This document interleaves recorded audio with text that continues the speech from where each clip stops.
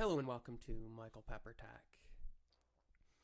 Today I'm going to talk to you about the AirPods Max and what I think about them.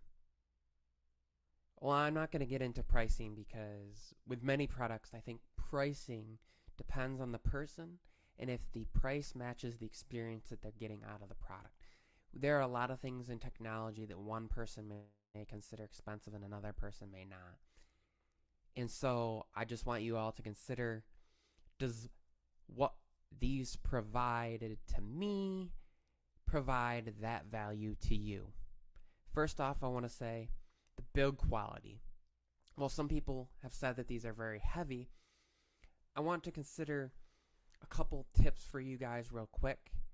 And one, make sure that if you wear glasses, that they are positioned in such a way that this part is in front of the kind of crown of the top of the head and sits comfortably on your glasses. You pull your glasses a little bit forward so they're not pulling on your nose, and they are comfortable.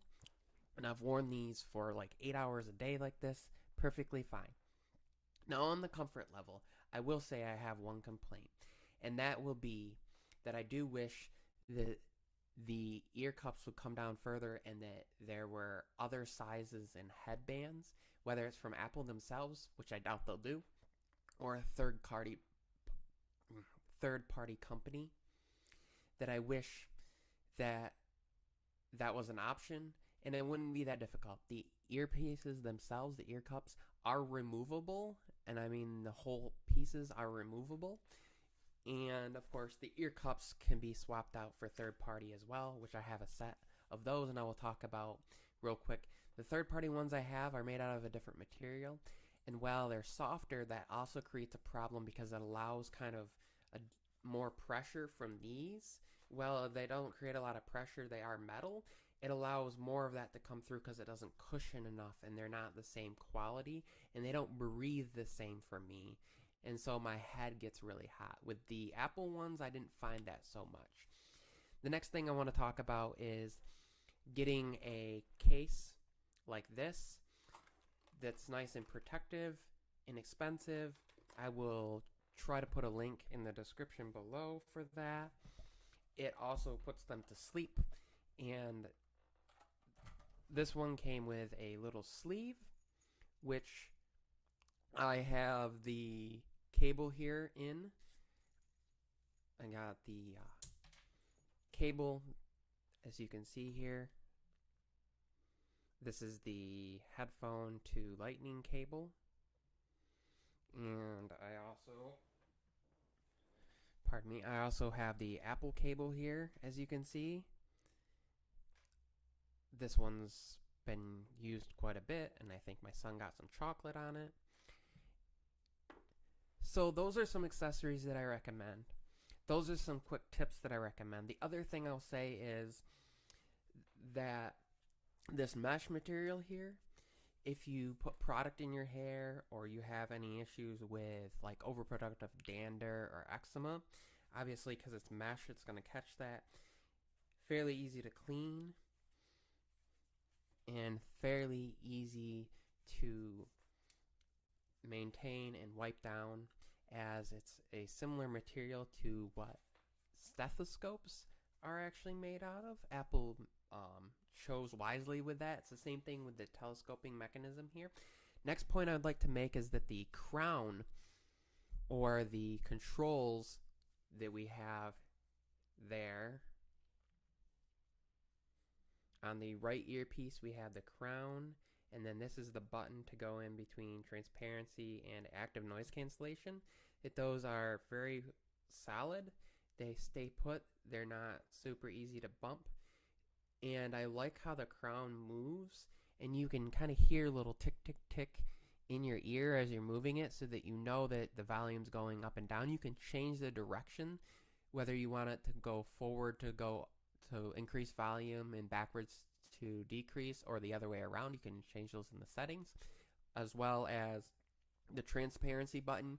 You can choose whether it toggles just between two of the modes as far as like ANC and transparency, or if also it toggles to off. there's an audible like ding sound when you switch between those modes, so you don't have to take out your phone kind of to tell that you switched in between.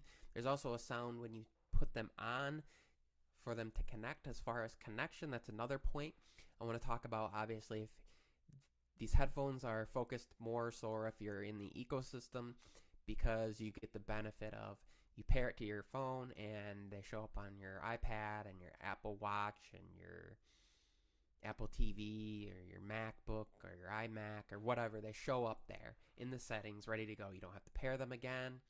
They show up under the Bluetooth and casting settings in YouTube. So if you're in an app and you don't want to go up, they show there as well.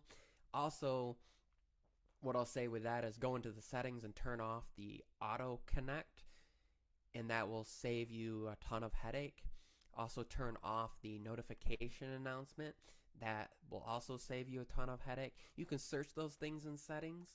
I don't want to waste your time and try to, go through and show you that in this video. I will have a tips and trick video coming out that I will show you some of that stuff.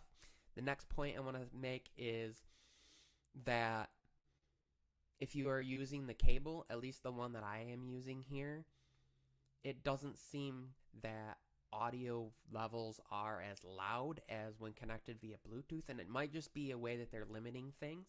One thing I did notice is since battery is only really going to be used for ANC and transparency and not having to connect via Bluetooth, battery life was a little bit better when I was using that, but at the sacrifice of volume and being able to like walk away from your device, walk around.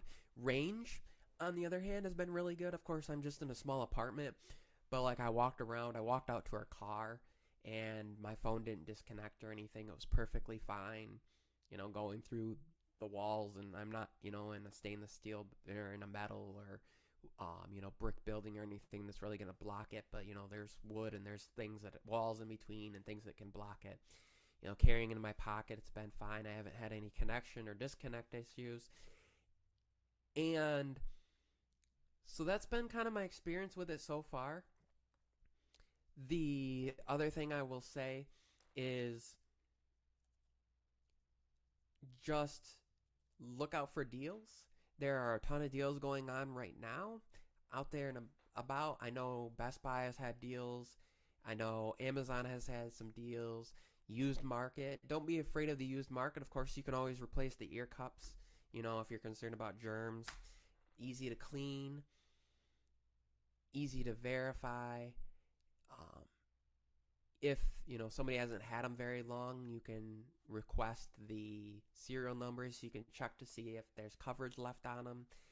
And of course, if there's an Apple store nearby, you can bring them to them if you have issues. These are some of the benefits of buying headphones from Apple. Downside is you might pay more than you want to, but again, that's kind of up to you on how you value the ease of use, the quality of the active noise cancellation, the transparency, the microphones, and how well that they just kind of work within the ecosystem. They also work really well with Android, and I've used them with Apple Music with my S22 Ultra and with the Pixel, and they sounded really good. Of course, you don't get true lossless audio quality, whether that's wireless or via Bluetooth. And of course, if you're using a dongle, you might be able to pipe in a little bit better quality. But as far as I know, that adapter and the cable also doesn't really support the full highest level.